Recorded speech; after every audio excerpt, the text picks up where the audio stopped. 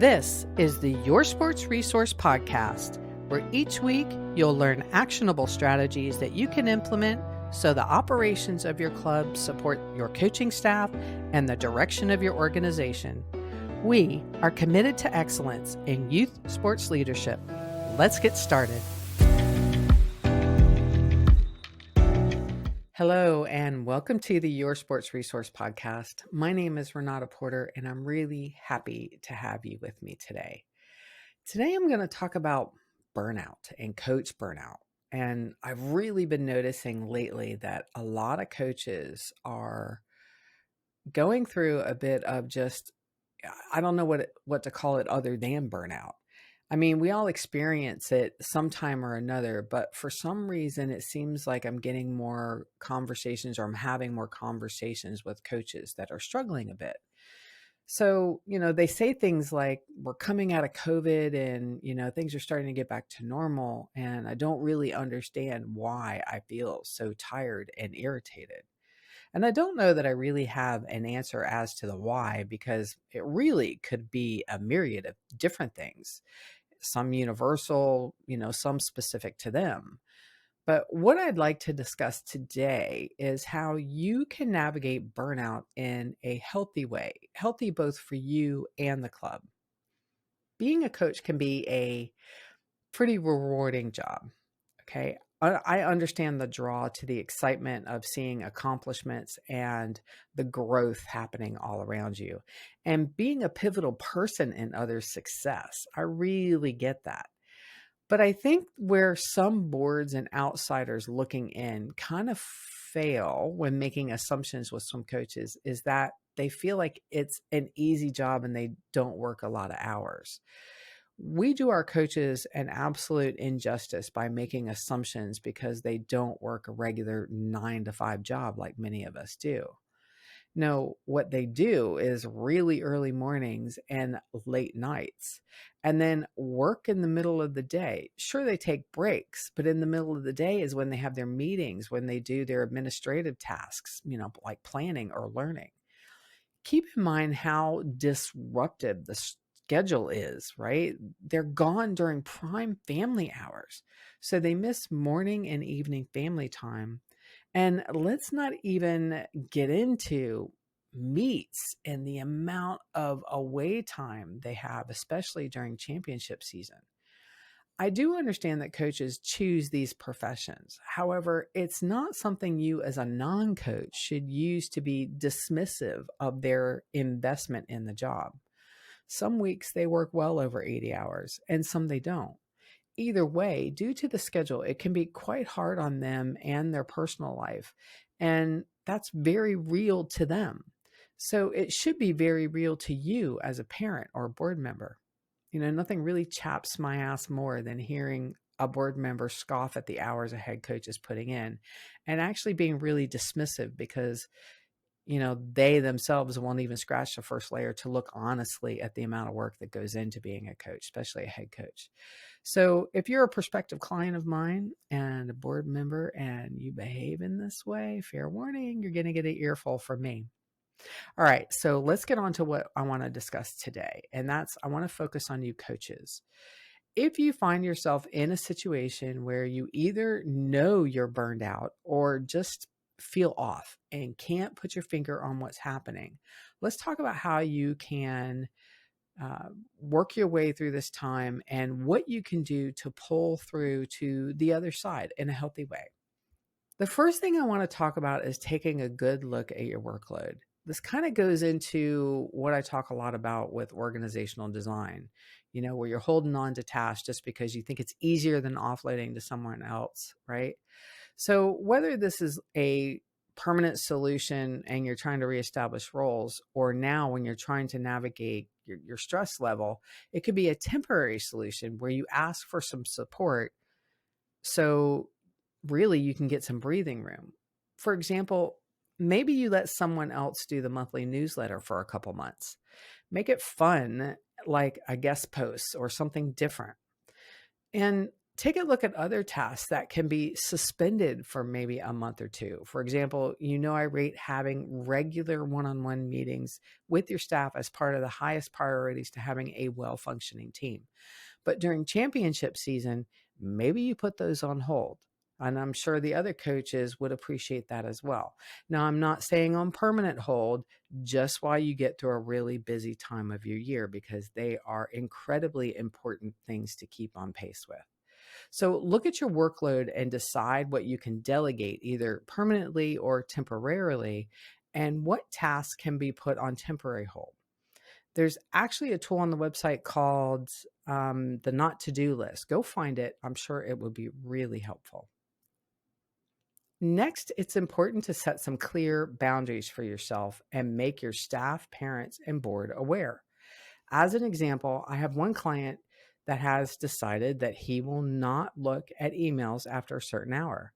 That once he's home and he's focused on what little family time he has. The staff, parents, and board are made aware that responses will come the next morning when he is back online. If it's an emergency, it's known to the staff and the board to give him a phone call. I think honestly, you have to get good at protecting yourself. Now, I'm not telling you to say no to everything, but what I am saying is to learn to say, not right now. Yes, I can do that, but I will need to wait a few weeks when I have the time to focus on it, right? Or no, that's not something I have the skill set nor time.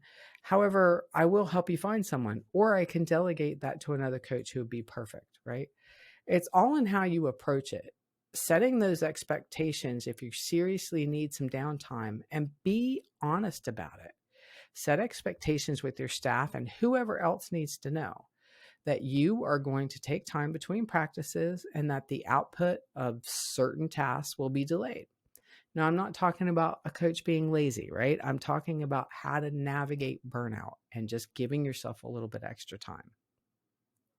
Another thing to consider regarding boundaries is setting some realistic expectations for yourself. I've had to learn to do this myself, where, I set my laundry list to a million things, and then I'm always disappointed that I don't get things accomplished. And it's not about setting the bar low.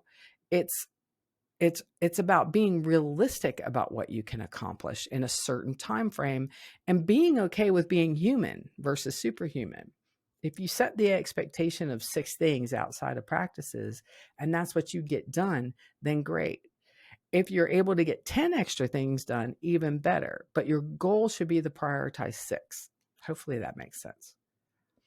Next, I want to discuss prioritizing your own good habits. Quite honestly, this is for all of us and something we should ensure is a long term strategy.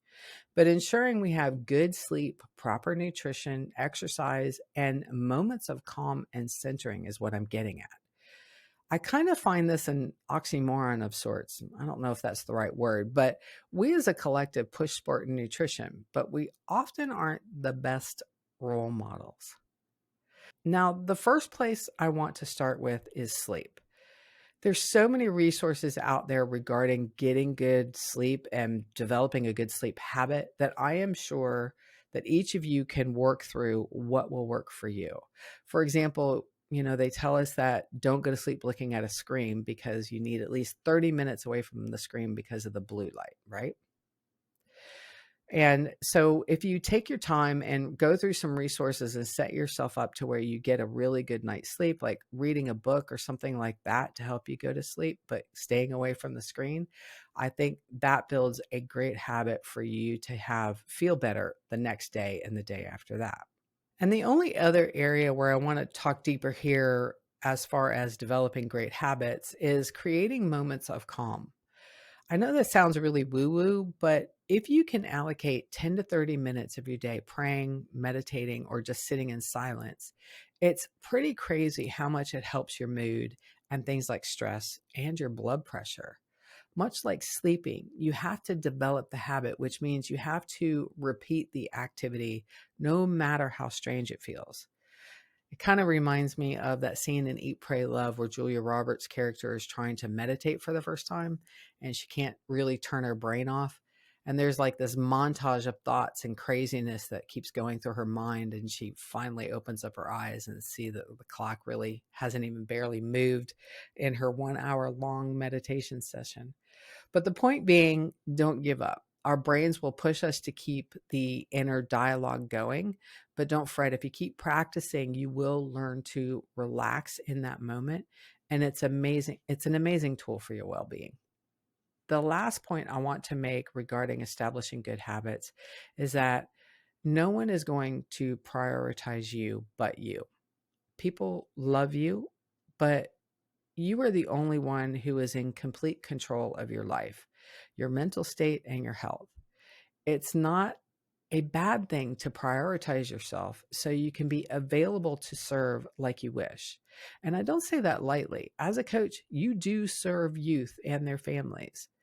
So it's not being selfish. Prioritizing your habits give you much more energy and freedom to be the best you can be for others.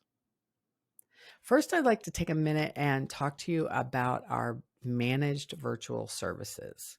So, are you struggling to get that newsletter written and designed? Do you need a new logo but don't want to pay a fortune for it?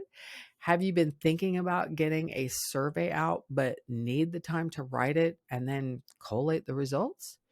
What about all those administrative items that don't seem to get done because there's not enough people to take on the workload? You really should consider our managed virtual services program. We already have several teams participating because you really get quality results and in a timely manner, and at rates as low as 16 an hour. And my team, we really build for true hours. We're not going to overbill you, right?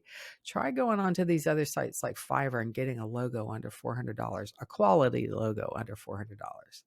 Seriously, give us a look. If you go on the website, yoursportsresource.com, you'll see the virtual services right at the top. Click on it to find out more. Okay. One last point I want to make regarding navigating burnout, and that is to seek support. Too often, we don't communicate that we need a break or some time to recuperate. For whatever reason you may feel it makes you look weak or you're worried about what others would think. And if you have a board member who makes assumptions about you, I get that. But that shouldn't stop you because honestly, people are seeing the cracks already if you aren't ahead of this. You're probably being short-tempered with people or you're not delivering on promises as you should. So be upfront with your staff and talk to them about it. Chances are they're feeling the same way. Maybe you initiate a plan where there's a round robin of support, filling in so everyone gets a bit of relief, right? So it starts with speaking up and communicating the need for some relief. I think you will be really surprised how well you will be supported. I don't know anyone who truly wants to see another person fall flat.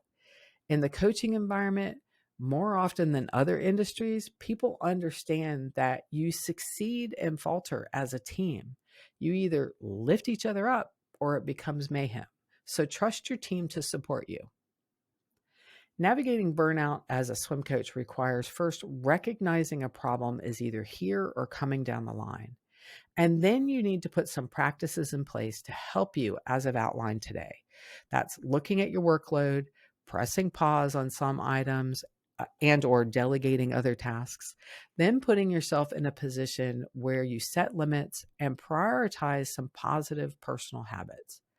Lastly, seek support and communicate your situation.